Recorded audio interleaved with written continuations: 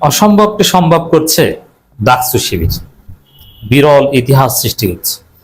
Sadiq camp নিজে বারবার দাবি করেছেন যে ১০৫ বছরের ইতিহাসে ঢাকা বিশ্ববিদ্যালয়ে তিনি যা করেছেন, তার এই ডাকসু যা করেছে অন্য কেউ সেটা করতে পারেনি।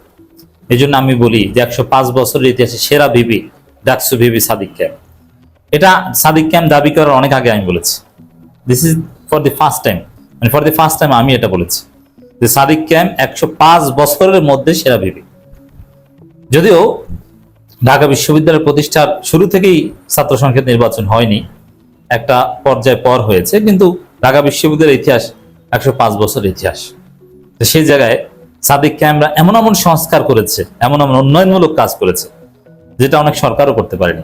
আচ্ছা, ঢাকা বিশ্ববিদ্যালয়ের শিক্ষার্থীদেরকে ধরে একদিনে ৪৩০ জনকে চাকরি দেয়া, ক্রিয়েটিভ সৃজনশীল খাতে, শূন্য পদে না, শূন্য পদে একদিনে ১০০০ জন, ২০০০ জন, ৫০০০ জনের চাকরি হতে পারে, বাট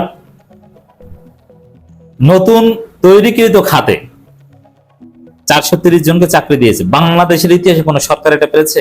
পারেনি, বাট সাদিক ক্যাম্পরা এটা করে দেখিয়েছে। সাদিক ক্যাম্পদের দৌড় কত দূর দর্শক? সাদিক ক্যাম্পরা শুধু ঢাকা বিশ্ববিদ্যালয়, বাংলাদেশ সরকার এর মধ্যেই সীমাবদ্ধ থাকেনি। তারা চীনের সহায়তায় ঢাকা বিশ্ববিদ্যালয়ের শিক্ষার্থীদের চাকরি দেয়।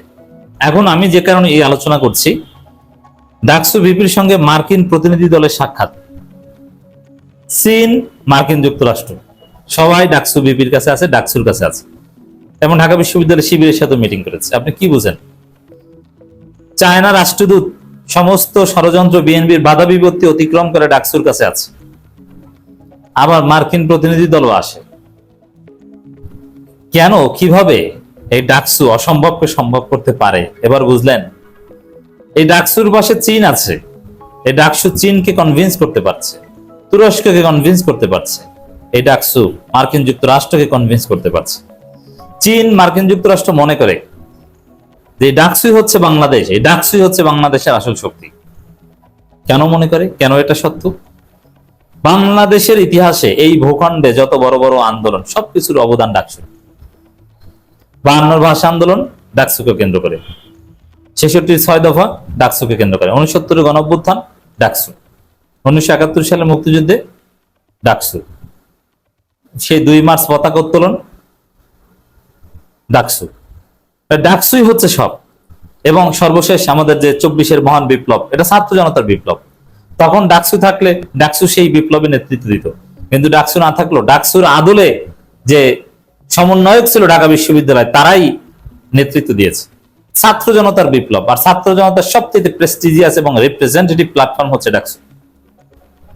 এই জন্য চীন এবং যুক্তরাষ্ট্র এরা ডাকসুকে সবচেয়ে শক্তিশালী মনে করে, গুরুত্ব দেয় এবং ডাকসুর কাছে ছুটে আসে।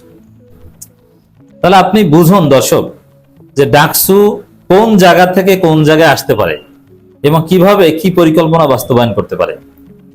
যুক্তরাষ্ট্রের সাথে কি আলোচনা করে? যুক্তরাষ্ট্রের সাথে বাংলাদেশের শিক্ষার্থী পাঠানো, স্কলারশিপ দেওয়া। চীনে বাংলাদেশের শিক্ষার্থীরা উচ্চশিক্ষার জন্য যাবে, চীন বাংলাদেশের শিক্ষার্থীদের স্কলারশিপ দিবে, বিভিন্ন সেমিনারে ঢাকা বিশ্ববিদ্যালয়ের শিক্ষার্থীদের ইনভাইট করবে। চীনের প্রযুক্তিগত নানান সুযোগ সুবিধা, টেক জায়ান্ট যুক্তরাষ্ট্র ভিত্তিক বিভিন্ন কোম্পানির নানান সুযোগ সুবিধা বাংলাদেশের শিক্ষার্থীরা পাবে। এটা সরকারের কাজ, শিক্ষা মন্ত্রণালয়ের কাজ, তারা পারে না, কিন্তু ডাকসু এবং শিবির পারে। আমি কেন অসম্ভবকে সম্ভব করা বলছি? ২৪ লক্ষ টাকা মাত্র ছিল কোষাগারে, সেখানে কোটি কোটি টাকার কাজ করেছে। এটা অসম্ভবকে সম্ভব করা। টাকা নাই, টাকা জন্ম দিয়েছে ডাকসু শিবির। টাকা জন্ম দেয়া বুঝেন? টাকা জন্ম দিতে পারে বাংলাদেশ ব্যাংক না, ডাকসু শিবিরও টাকা জন্ম দিতে পারে। টাকা কোষাগারে নাই, ওরা টাকা বাইরে থেকে এনে, বিভিন্ন কোম্পানি থেকে স্পন্সর এনে, ঢাকা বিশ্ববিদ্যালয়ের সাবেক শিবিরদের কাছ থেকে টাকা, শুভাকাঙ্ক্ষীদের কাছ থেকে টাকা এনে তারপরে তারা কাজ করেছে। মার্কিন যুক্তরাষ্ট্রের কাছ থেকে সহায়তা নিচ্ছে, চীনের কাছ থেকে সহায়তা নিচ্ছে, তুরস্কের বিভিন্ন সংস্থার কাছ থেকে সহায়তা নিচ্ছে। অসাধারণ, এক কথায় অসাধারণ। দর্শক, ডাকসু ভিপির সঙ্গে মার্কিন প্রতিনিধি দলের সাক্ষাৎ। এছাড়া আরো খবর, বাংলাদেশে নিযুক্ত মার্কিন যুক্তরাষ্ট্রের দূতাবাসের প্রতিনিধিবৃন্দ বাংলাদেশ ইসলামী ছাত্র শিবির ঢাকা বিশ্ববিদ্যালয় শাখার দায়িত্বশীল বৃন্দের সঙ্গে সৌজন্য সাক্ষাৎ করেন। সাক্ষাৎকারে ঢাকা বিশ্ববিদ্যালয় ক্যাম্পাসে বিরাজমান পরিস্থিতি, একটি নিরাপদ ও সুরক্ষিত ক্যাম্পাস পরিবেশ নিশ্চিত করতে ছাত্র শিবির ভূমিকা এবং ক্যাম্পাসের বিদ্যমান রাজনৈতিক সংস্কৃতিতে একটি একাডেমিক ভাবে নিবেদিত গঠনমূলক ও ইতিবাচক প্রাতিষ্ঠানিক পরিবেশ রূপান্তরের লক্ষ্যে ছাত্র শিবিরের বিভিন্ন উদ্যোগ এবং অবদান নিয়ে আলোচনা করা হয়।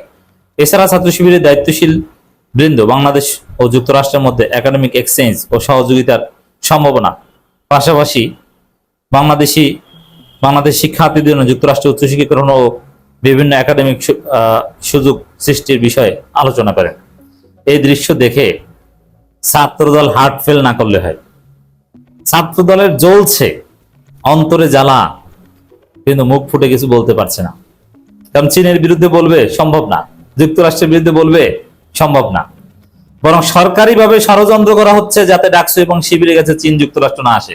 কিন্তু বিএনপি সরকার চেষ্টা করেও শিবিরের কাছে আসা, শিবির কিন্তু যায়নি, শিবির চীনা দূতাবাসে যায়নি, কিংবা মানে এখন যায়নি, ডাকসু যায়নি, অতীতে দাওয়াত দিলে তখন গিয়েছে, সেটা ভিন্ন।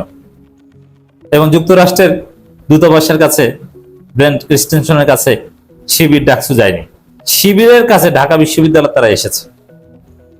এবং এর আগে সে জব ফেয়ার যাতে না হয়, বিএনপি পন্থী প্রশাসন সর্বোচ্চ চেষ্টা করেছে সেটা ঠেকাতে, কিন্তু তারা ঠেকাতে পারেনি।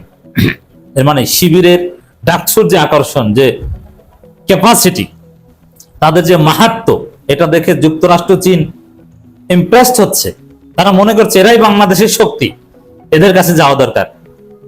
আর বিএনপি ছাত্রদল দেখে দেখে আক্ষেপ করছে, ঠেকানোর চেষ্টা করছে, ঠেকাতে পারছে না।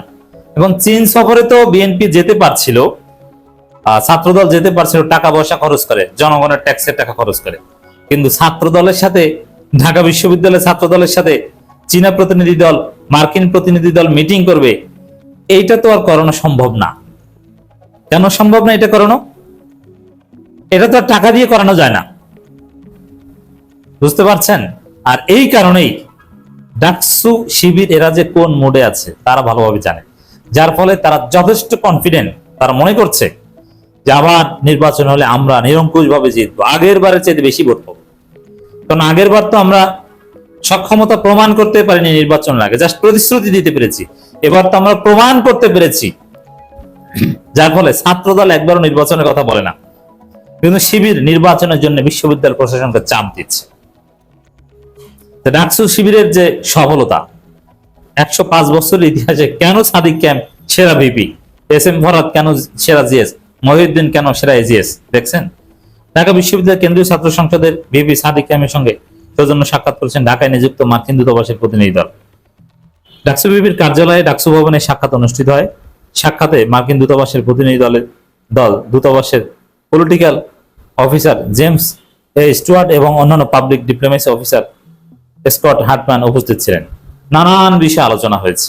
এক কথায় যদি বলি, ডাকসু শিবির বাংলাদেশে একটা মডেল স্থাপন করেছে। এটা জামাতের রাজনীতির একটা নতুন মডেল। ওভারঅল জামাতের ঊর্ধ্বে এটা একটা সফলতা, অসম্ভবকে সম্ভব করা।